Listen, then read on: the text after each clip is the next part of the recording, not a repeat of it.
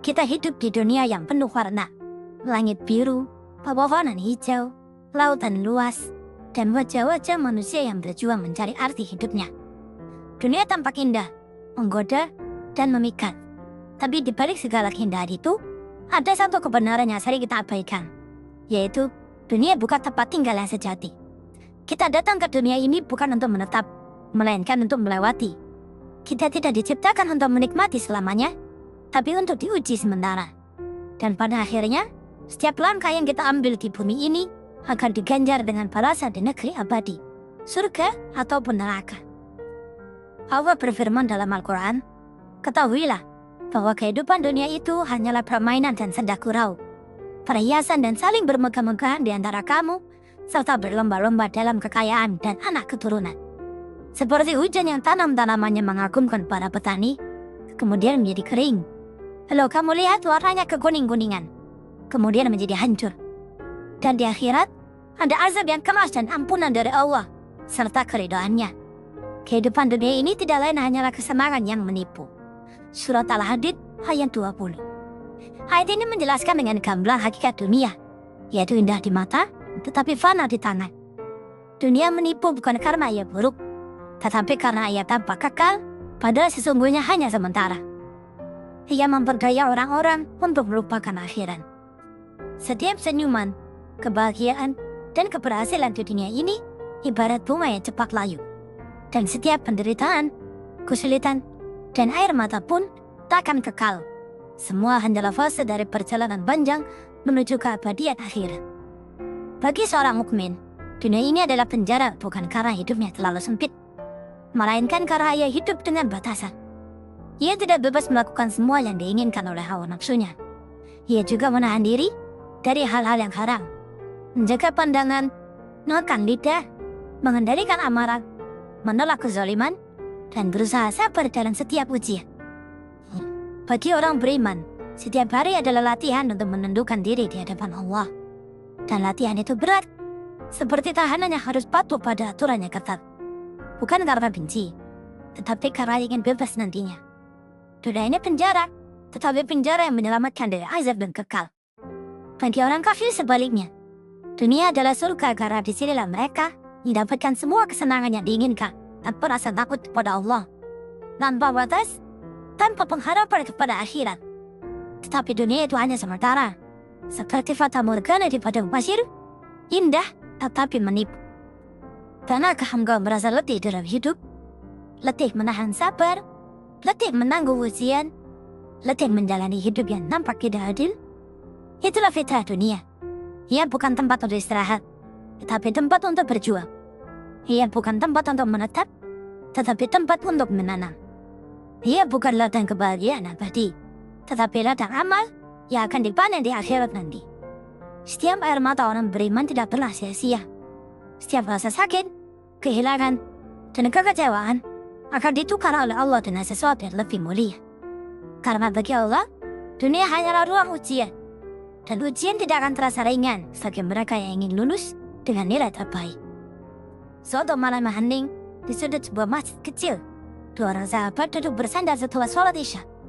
Zaid berkata, "Aku tidak mengerti Umar, mengapa hidupku begitu berat. Aku bekerja keras, tetapi hasilnya pas-pasan. Aku beribadah, tapi saya ditempa ujian. Sementara mereka yang jarang mengingat Allah, justru hidupnya tampak tenang dan kaya. Di mana keadilan Allah?" Umar membalas, "Zaid, ketahuilah, dunia ini bukan tempat pembalasan, tetapi tempat ujian. Orang kafir diberi surga di sini agar tidak punya bagian di akhirat nanti. Sementara orang beriman diberi penjara di sini agar kelak bebas tanpa batas." Zaid menanggapi, "Jadi penderitaan ini bukan hukuman?" Umar menjawab, "Bukan saudaraku, ini tanda bahwa Allah masih memandangmu dengan kasih sayang. Ia tidak ingin engkau terlena dengan dunia yang fana. Ia ingin engkau mempersiapkan bekal untuk rumah yang kekal." Zaid menatap lantai masjid dan dingin, air matanya menetes. "Maka sungguh sempit dunia ini bagiku?"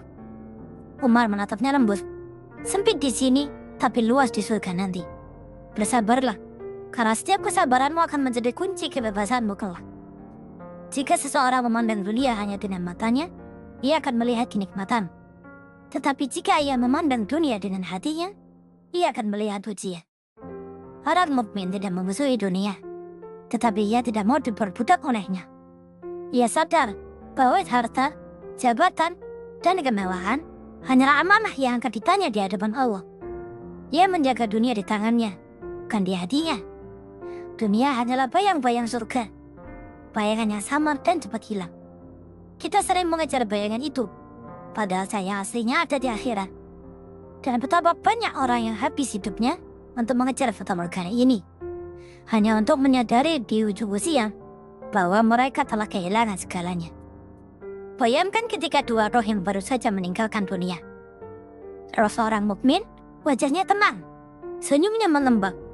Malaikat menyambutnya dengan wangi surga. Kuburnya dilapangkan, penuh cahaya. Dan ia pun berkata, "Alhamdulillah, penjara itu telah berakhir. Kini aku bebas." Sementara roh orang kafir wajahnya muram, penuh ketakutan. Kuburnya sempit, gelap dan pengap. Ia pun menjerit, "Dunia dulu begitu indah. Mengapa sekarang aku terkurung seperti ini?" Lalu malaikat datang kepada keduanya. "Engkau dulu hidup bebas tanpa Allah. Kini engkau terpenjara karena melupakan aturannya. Dan engkau dulu hidup dalam kesempitan karena taat kepada Allah. Maka kini engkau diluaskan tanpa batas. Dunia tidak harus dibenci, tetapi jangan sampai dicintai melebihi akhirat." Rasulullah SAW tidak melarang umatnya untuk mencari harta, berpakaian indah, atau berkeluarga bahagia. Tetapi beliau mengingatkan agar semua itu tidak menipu hati. Gunakan dunia sebagai alat, bukan tujuan. Gunakan harta untuk beramal, bukan untuk bermegah-megahan. Gunakan waktu untuk mendekat kepada Allah, bukan untuk melupakannya. Karena siapa yang menjadikan dunia sebagai tujuannya, akan lelah tanpa akhir. Tapi siapa yang menjadikan akhirat sebagai tujuannya, dunia akan mengikutinya dengan tunduk. Ada satu hari yang pasti datang. Hari ketika penjara dunia akan terbuka bagi orang beriman. Hari ketika tangisan mereka diganti oleh tawa.